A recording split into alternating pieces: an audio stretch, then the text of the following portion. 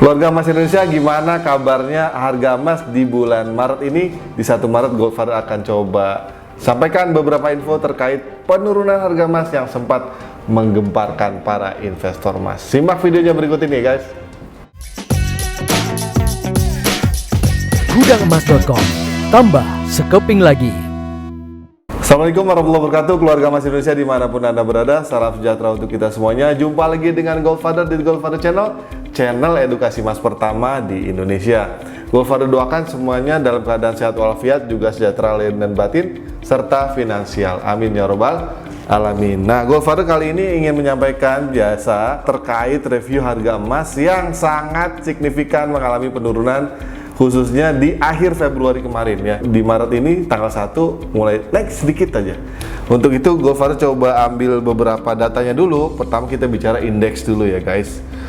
Nah, indeks Goldfather bandingkan pertama dari awal Januari 2021, awal Februari 2021, dan bulan awal Maret 2021 ya, hari ini 1 Maret 2021.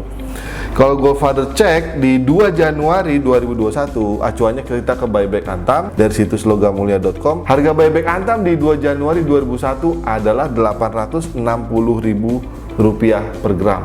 Sementara di 1 Februari harga buyback Antam itu menyentuh angka Rp838.000 per gram atau turun Rp22.000 sekitar 2,6%. Itu kalau dari Januari ke awal Februari. Sekarang kita lihat kalau di awal Maret berapa nih? Buyback Antam ada di Rp796.000. Sabtu kemarin tanggal 27 Februari bahkan buyback Antam ada di angka Rp794.000. Banyak banget yang ngeborong tuh ya kayaknya.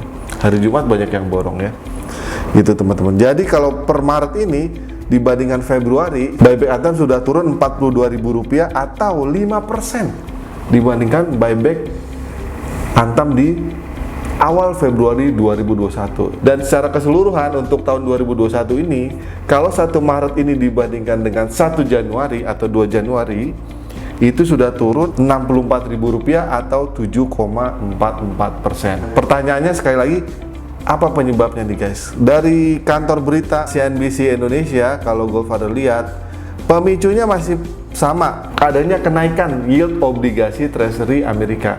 Ini maksudnya apa sih? Jadi kalau teman-teman belum kenal apa sih obligasi Treasury Amerika, kalau di Indonesia itu sederhananya kita punya ORI guys, obligasi negara Republik Indonesia ya.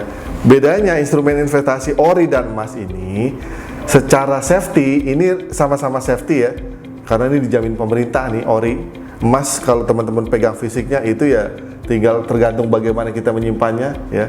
Bedanya adalah kalau ORI itu memberikan imbal hasil, kalau yield berarti tahunan ya.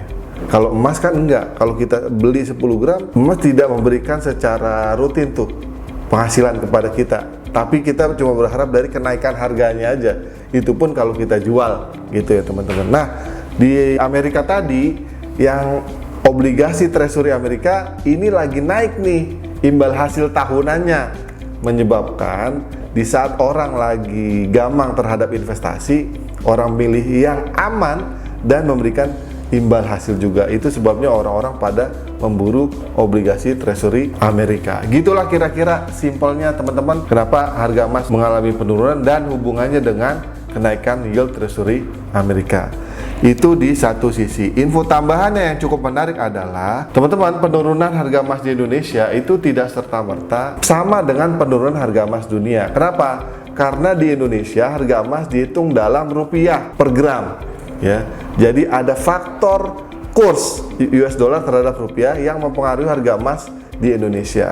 Nah, sekedar info teman-teman, kalau kita cek kurs 1 Februari dengan kurs 1 Maret ini, Goldfather cek dari halaman kurs transaksi Bank Indonesia, yaitu mata uang US dollar, mulai dari 1 Februari dengan 1 Maret. Untuk kurs beli di 1 Februari itu nilainya adalah 13.971,79. Sementara di 1 Maret itu kurs beli US dollarnya 14.228,50 rupiah. Jadi ada kenaikan nilai tukar USD terhadap rupiah atau pelemahan rupiah terhadap US dollar ya. Berapa penguatannya itu guys? Penguatannya lebih kurang 316,71 rupiah, sekitar 2,3%. Nah, untuk lebih detailnya grafiknya bisa dilihat di info dari Bank Indonesia seperti ini.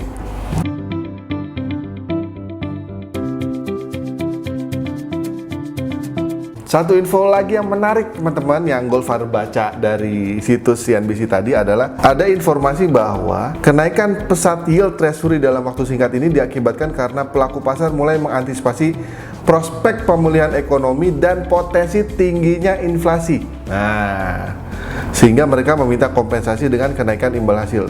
Tadi Goldfather analisa secara cepat aja, harusnya kalau potensi inflasi tinggi orang-orang borong emas ya.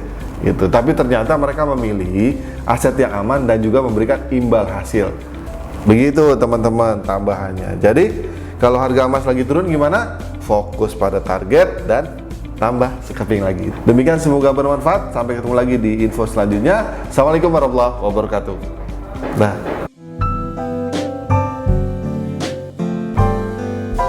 Gudangemas.com. Tambah sekeping lagi.